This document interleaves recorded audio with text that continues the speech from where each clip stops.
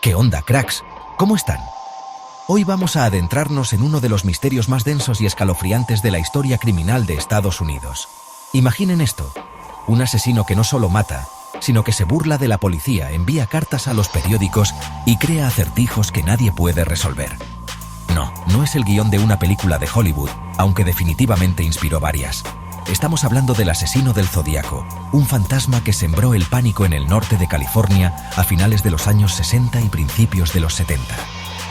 Su identidad sigue siendo un enigma, un verdadero hoyo negro en los archivos del FBI y de la policía local. Este caso se convirtió en una obsesión nacional, y vaya que con razón. Lo que hace al Zodíaco tan aterrador, tan magnético, es que rompió todas las reglas. No era un criminal común que se escondía en las sombras después de cometer sus actos. Para nada. Este sujeto quería fama, quería ser el protagonista de su propia leyenda macabra.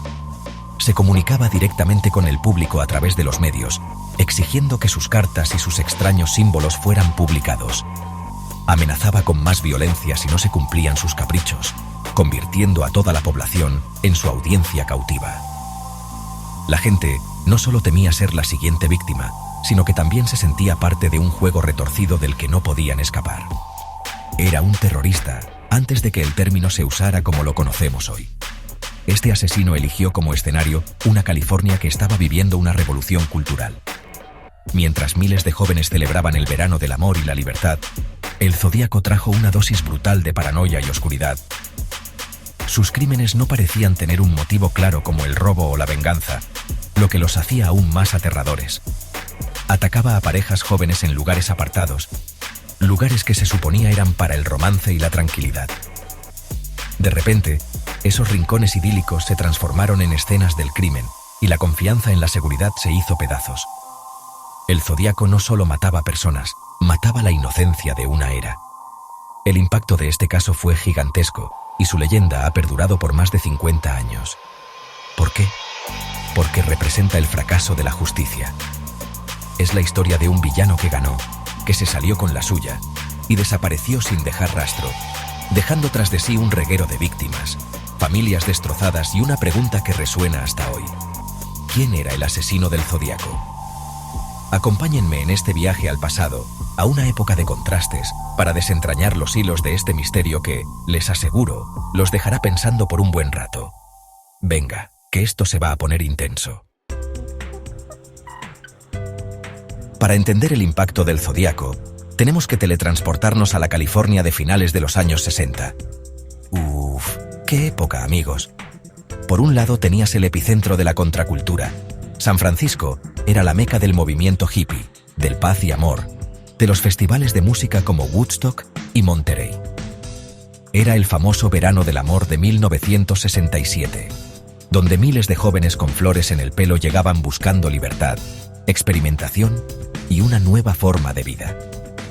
Había una sensación de optimismo en el aire, una creencia de que se podía cambiar el mundo. Era una era de idealismo, de rechazo a la autoridad y de exploración personal. Pero, como en toda buena historia, había una cara B, un lado mucho más oscuro. Mientras los hippies cantaban sobre la paz, la guerra de Vietnam estaba en su apogeo, dividiendo profundamente a la sociedad estadounidense. Había protestas masivas, tensiones raciales y una creciente desconfianza hacia el gobierno y las instituciones. Era una época de muchísima agitación social. Y justo en medio de este torbellino de cambios, en 1969, ocurrieron los asesinatos de la familia Manson, otro evento que sacudió los cimientos de la cultura hippie y demostró que la oscuridad podía anidar incluso en los lugares más insospechados. La utopía del amor libre empezaba a mostrar sus grietas.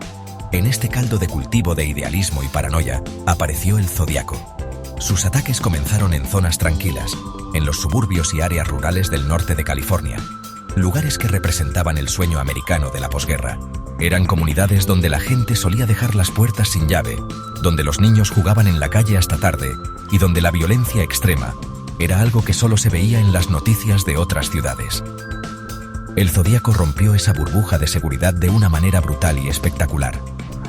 De repente, el monstruo no estaba en una tierra lejana, sino que podía estar en el coche de al lado, observando desde la oscuridad en un mirador solitario. Esta dualidad fue clave para el terror que generó el Zodíaco. Por un lado, la sociedad estaba explorando nuevas libertades, y por otro, este asesino venía a castigar esa misma libertad. Atacaba a jóvenes, el símbolo de esa nueva era, en sus momentos de intimidad y esparcimiento. El miedo que sembró fue un contrapunto perfecto y macabro al Flower Power. Hizo que la gente se cuestionara: ¿podemos realmente ser libres y seguros al mismo tiempo? La paranoia se instaló, y la sensación de que cualquiera podía ser el asesino o la próxima víctima envenenó el ambiente de una California que luchaba por definirse a sí misma entre la esperanza y el caos. El reinado de terror del Zodíaco, al menos el que conocemos oficialmente, comenzó en la víspera de la Navidad de 1968. ¿Qué fecha para empezar, caray? Las víctimas fueron 2 estudiantes de secundaria, David Faraday y Betty Lou Jensen. Estaban en su primera cita, estacionados en un camino rural solitario cerca de Vallejo, un lugar conocido para las parejas. De la nada, otro coche se detuvo junto a ellos. Un hombre salió, les ordenó bajar del vehículo y, sin mediar más palabras, les disparó a sangre fría. David murió casi al instante y Betty Lou fue alcanzada en la espalda mientras intentaba huir. Fue un acto de violencia sin sentido, brutal y que dejó a la comunidad completamente en shock. Nadie entendía por qué. El siguiente ataque confirmado ocurrió unos meses después, el 4 de julio de 1969, otra fecha simbólica. Darlene Ferrin y Michael Mayow estaban en el aparcamiento de un campo de golf, también en Vallejo. De nuevo, un coche se acercó y el conductor apagó las luces. Un hombre con una linterna se aproximó, deslumbrándolos antes de abrir fuego. Darlene murió en el hospital, pero Michael, a pesar de recibir múltiples disparos en la cara, el cuello y el pecho, sobrevivió milagrosamente. Fue él quien dio la primera descripción del atacante. Y aquí es donde la historia da un giro. 1 hora después del tiroteo, un hombre llamó a la policía de Vallejo, confesó los asesinatos de ese día y también los de Faraday y Jensen. El juego del Zodíaco había comenzado. El Zodíaco no se detuvo ahí. Su ataque más teatral, y quizás el más escalofriante, ocurrió el 27 de septiembre de 1969, en el lago Berryessa. Los estudiantes universitarios Brian Hartnell y Cecelia Shepard estaban haciendo un picnic en una península aislada. De repente, un hombre corpulento se les acercó. Llevaba una capucha de verdugo de color negro, con el símbolo del Zodíaco cosido en el pecho y unas gafas de sol oscuras. Una imagen sacada de una pesadilla. Les dijo que era un convicto fugado y que necesitaba su coche y dinero. Luego los ató y, en un giro sádico, apuñaló a ambos repetidamente. Antes de irse, dibujó el símbolo del Zodíaco en la puerta del coche de Brian. Cecelia murió 2 días después, pero Brian sobrevivió para contar esta historia terrorífica. El último asesinato confirmado del Zodíaco ocurrió apenas 2 semanas después, el 11 de octubre de 1969, en San Francisco. La víctima fue un taxista llamado Paul Steen. El asesino le pidió que lo llevara a un barrio residencial y, una vez allí, le disparó en la cabeza. Pero esta vez hubo testigos. Unos niños desde una ventana vieron al hombre limpiando el taxi y arrancando un trozo de la camisa ensangrentada de Steen. La policía llegó rápidamente, pero en medio de la confusión, incluso hablaron brevemente con un hombre que coincidía con la descripción sin darse cuenta de que podría ser el asesino. Días después, el Zodíaco envió una carta a los periódicos con un trozo de la camisa de Steen como prueba. Se estaba volviendo más audaz y más descuidado, pero aún así, seguía un paso por delante. Si algo distinguió al Zodíaco de otros asesinos en serie, fue su necesidad de comunicarse, de ser el centro de atención. Y su método preferido eran las cartas y, sobre todo, los criptogramas. Vaya genio del mal. El 1 de agosto de 1969, 3 periódicos importantes de California recibieron cartas idénticas. En ellas, el autor confesaba los asesinatos de Vallejo y daba detalles que solo el asesino podría conocer. Pero lo más impactante fue que cada carta venía con 1/3 de un criptograma de 408 símbolos. El Zodíaco exigía que los periódicos publicaran su mensaje cifrado en la portada, o de lo contrario, desataría una masacre el fin de semana. Era un chantaje mediático en toda regla. La publicación de los criptogramas generó una mezcla de pánico y fascinación en todo el país. Imaginen la escena. La gente no solo leía sobre los crímenes, sino que tenía el desafío del asesino en sus manos, en la mesa del desayuno. Criptógrafos del FBI, de la CIA y miles de aficionados se pusieron a trabajar frenéticamente para descifrar el código. Era una carrera contra el tiempo. Sorprendentemente, una semana después, un profesor de historia y su esposa, Donald y Betty Harden, lograron resolverlo. El mensaje no revelaba su identidad, como todos esperaban, sino que era una diatriba escalofriante sobre el placer que le producía matar y su creencia de que las personas que asesinaba se convertirían en sus esclavos en el más allá. ¡Qué cosa tan retorcida! El Zodíaco continuó enviando cartas durante años, burlándose de la policía, a la que llamaba cerdos azules, y adjudicándose más asesinatos, aunque muchos no han podido ser confirmados. Su segunda cifra, conocida como Z340 por sus 340 caracteres, llegó en noviembre de 1969 y fue mucho más compleja. Este criptograma se convirtió en una especie de santo grial para los detectives de sillón y los criptógrafos profesionales. Permaneció sin resolver durante más de 51 años, medio siglo de misterio. Fue un recordatorio constante del intelecto y la arrogancia del asesino, un desafío que pendía sobre la cabeza de generaciones de investigadores y curiosos. Finalmente, en diciembre de 2020, un equipo de ciudadanos de 3 países diferentes, un programador de Bélgica, un matemático de Australia y un diseñador web de Estados Unidos, anunció que habían descifrado el Z340. Usaron software especializado y su ingenio para romper el código. El mensaje era igual de perturbador que el primero, con frases como: «Espero que se estén divirtiendo mucho tratando de atraparme y no le tengo miedo a la cámara de gas porque me enviará al paraíso antes». Una vez más, no había pistas sobre su identidad, solo más provocaciones. Los criptogramas fueron el arma psicológica del Zodíaco, una forma de mantener el control, de jugar con la mente de todos y de asegurarse un lugar inmortal en la historia del crimen. Detrás de los titulares, los criptogramas y la leyenda, hay historias humanas de un dolor inmenso. Pensemos en Michael Mageau, el joven que sobrevivió al ataque del 4 de julio de 1969. Él vio el rostro del asesino, sintió el fogonazo de la linterna y el impacto de las balas.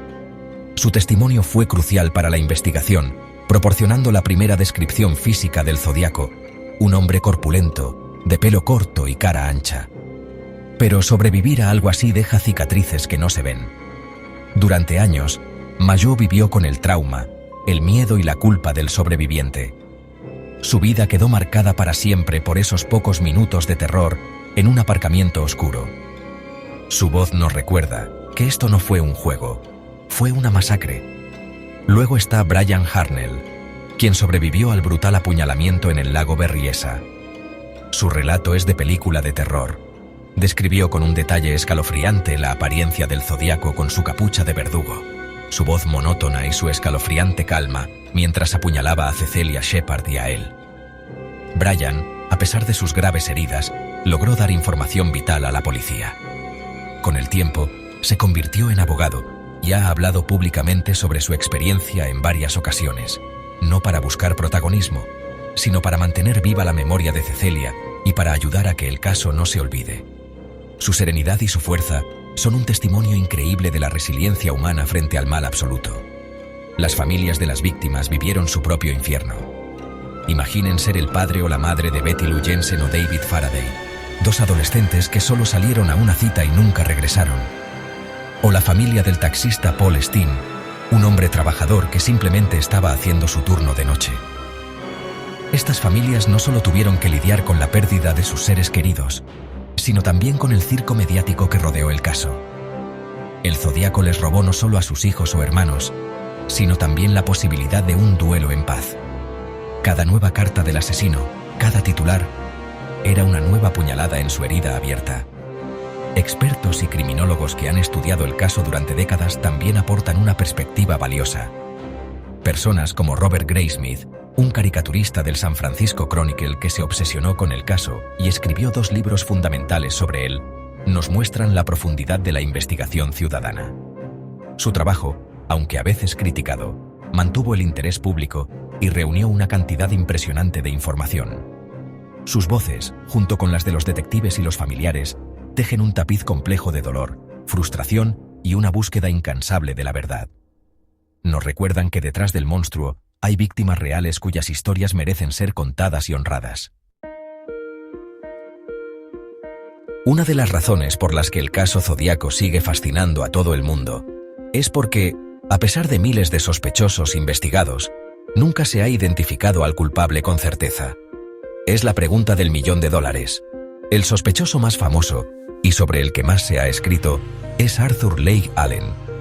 Era un profesor de primaria despedido por conducta inapropiada con sus alumnos y tenía un historial de comportamiento extraño. Vivía cerca de la primera escena del crimen. Era ambidiestro, lo que podría explicar las diferencias en la caligrafía, y usaba un reloj de la marca Zodiac.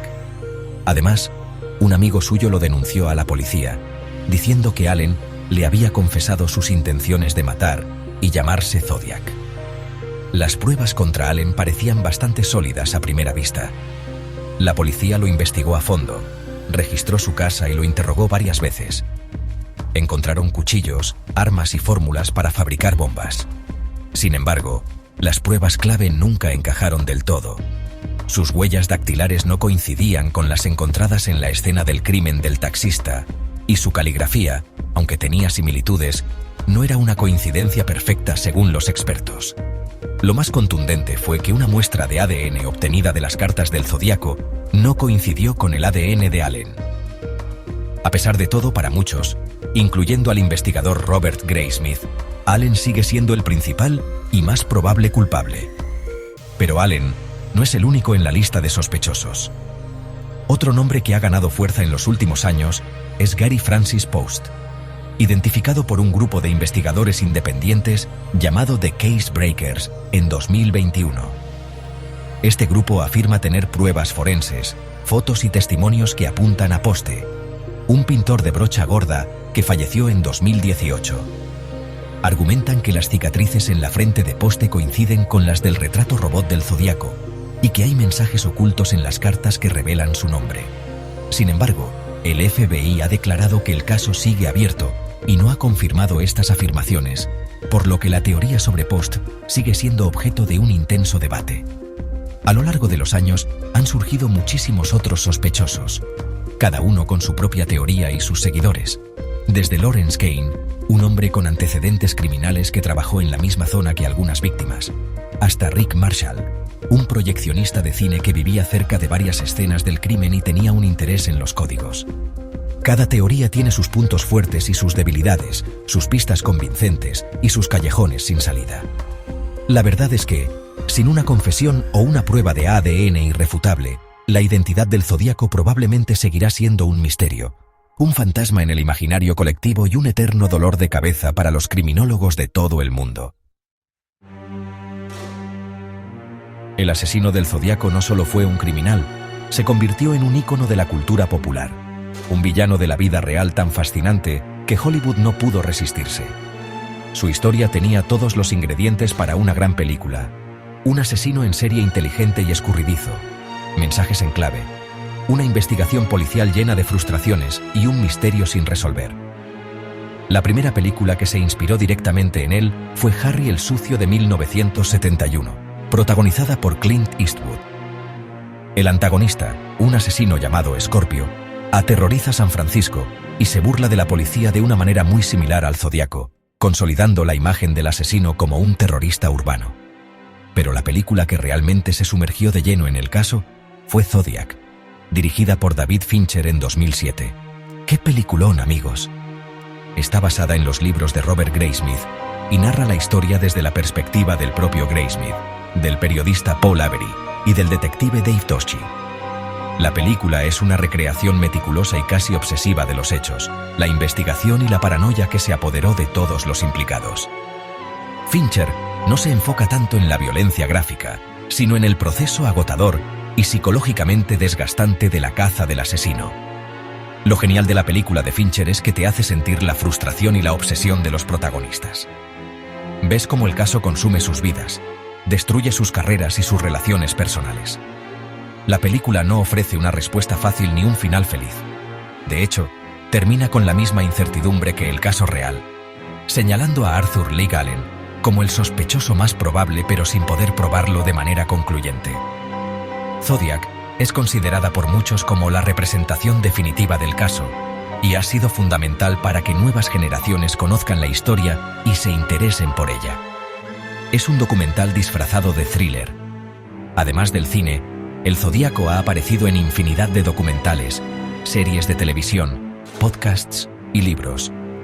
Se ha convertido en un arquetipo del mal, el asesino en serie anónimo e intelectual que juega con la sociedad. Cada cierto tiempo surge una nueva teoría, un nuevo libro o un nuevo documental que promete haber resuelto el misterio, manteniendo viva la llama del caso. Esta presencia constante en los medios ha cimentado su leyenda, pero también corre el riesgo de convertirlo en un personaje de ficción, haciendo que a veces nos olvidemos de que detrás del mito hubo víctimas reales de carne y hueso, familias destrozadas y un terror que fue muy real. El caso del asesino del Zodíaco, aunque técnicamente sigue sin resolverse, dejó un legado profundo y duradero en el mundo de la criminología y la investigación policial. Una de las lecciones más importantes que nos dejó fue la necesidad crítica de la comunicación y colaboración entre diferentes agencias policiales. La incapacidad de los distintos departamentos de policía para compartir información de manera efectiva fue uno de los mayores regalos para el asesino. Este fallo monumental impulsó reformas y la creación de sistemas centralizados y grupos de trabajo para investigar crímenes en serie, algo que hoy en día es un procedimiento estándar. El Zodíaco, sin quererlo, enseñó a la policía a trabajar en equipo. Además, este caso fue uno de los primeros en demostrar el poder de los medios de comunicación y el perfil psicológico en una investigación criminal a gran escala. El Zodíaco no solo usó a los periódicos para sembrar el pánico, sino que también proporcionó, a través de sus cartas, una enorme cantidad de material para los psicólogos y perfiladores. Sus escritos revelaron su narcisismo, su necesidad de control y su inteligencia.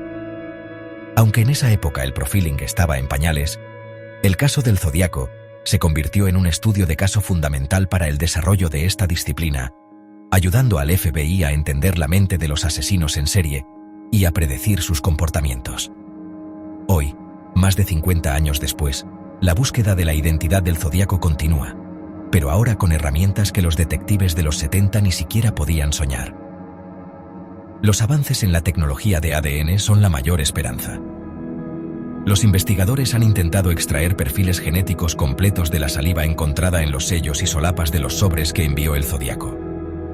Esta misma tecnología de genealogía genética fue la que permitió identificar y capturar al asesino del Golden State en 2018, otro caso sin resolver de California. Existe una esperanza real de que, algún día, una coincidencia en una base de datos de ADN pueda finalmente ponerle un nombre al fantasma. Pero más allá de la criminología y la tecnología, el legado más importante es el recordatorio de no olvidar a las víctimas. David Faraday, Betty Lou Jensen, Darlene Ferrin, Cecelia Shepard y Paul Steinle no son solo nombres en un archivo de un caso sin resolver. Fueron personas con vidas, sueños y familias que fueron truncados por una violencia sin sentido. Mantener vivo el caso no es solo un ejercicio intelectual para resolver un acertijo, es una cuestión de justicia para ellos y sus seres queridos. Es un compromiso con la idea de que ninguna víctima debe ser olvidada y que la búsqueda de la verdad, por difícil que sea, nunca debe abandonarse. El Zodíaco quiso ser recordado por su leyenda, pero nosotros debemos recordarlo por el dolor que causó.